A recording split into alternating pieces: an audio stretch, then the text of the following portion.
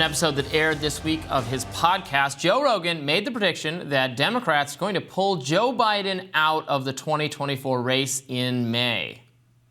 May. I think he's got until May. No way. I feel like right around May they're going to pull him. No way. Yeah. And Newsom comes in. I think he just has health problems, and then the country understands, and Newsom is going to have his support fully, and Kamala is going to I don't even want to be president. I'm cool with being vice president. So Bold prediction. There's two predictions there. One, that Biden is going to drop out, and then two, specifically, that Gavin Newsom is his replacement. I don't think either of those things are going to happen. I don't think Biden is going to drop out in May.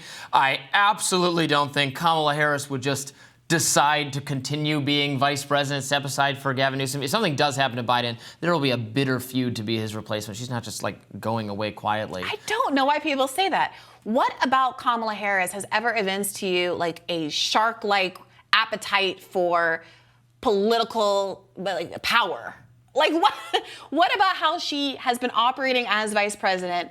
What about... I'm not saying she's good at obtaining power, but she will go for it. I mean, anyone would. Her and one Literally, army. that's not even unique to her. Well, I'm not saying she'd win, but she's going to go for it. It doesn't mean anything. What does it mean for her to go for it? Stomp her foot and put her hands on her hips and say, golly, I wish I were president? She's going to rally the party infrastructure to support her. What party infrastructure is aligned with Kamala Harris? What party infrastructure is not the entire thing? The whole party infrastructure that has been signaling for months now that they are aligned with Gavin Newsom. You think so? Absolutely.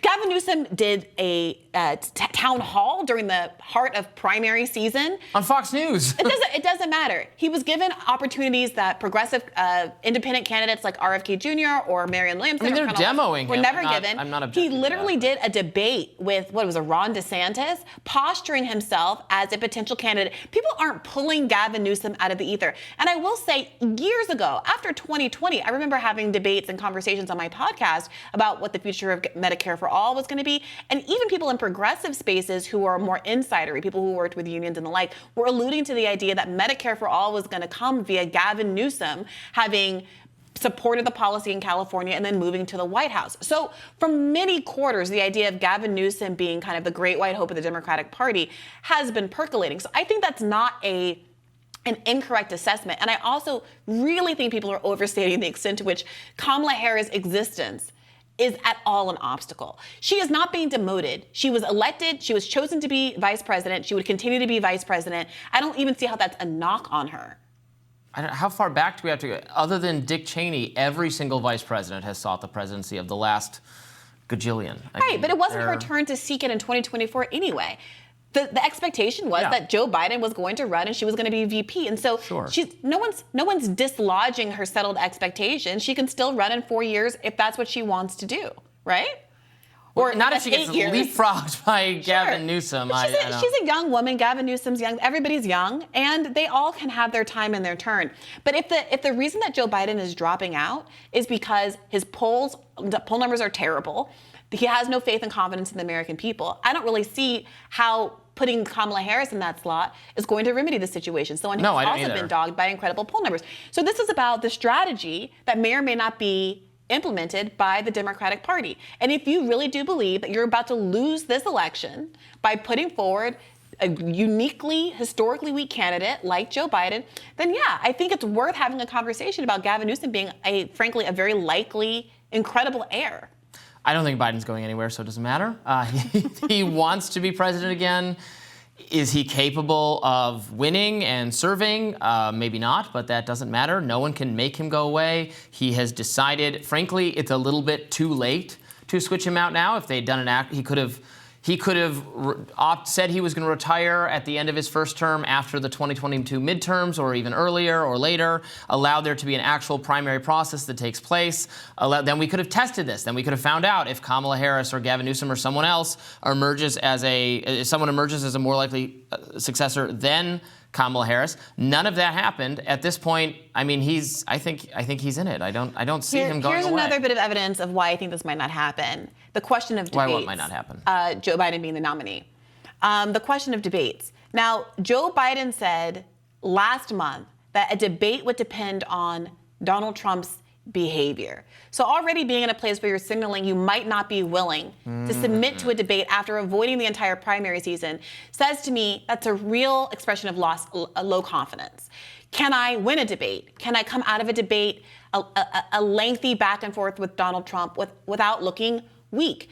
Democrats applauded his ability to get through the State of the Union. A debate is a very different thing. Now, Donald Trump, on his end, has also been putting things out there that are giving him cover to dodge a debate. He didn't want to do a debate for the primaries either. Neither of them wanted to debate. Right, but specifically with Joe Biden, he said he would only debate Joe Biden if it were drug tested first, alluding to the idea that he thinks that he's been put on some kind of substance to get through some of these longer speeches. These are the candidates that have been foisted upon us, two very old men with high disapproval ratings, and we're told democracy is at stake, and yet on the Republican side, Trump didn't even participate in the process for choosing who was going to be the nominee. Again, he acted like he utterly owed it and has punished including Ronna McDaniel for daring to even entertain the possibility that it should just be handed to him on a silver platter. Joe Biden did the exact same thing and then some. So here we are with unpopular choices. Look, what should happen, yes, Joe Biden is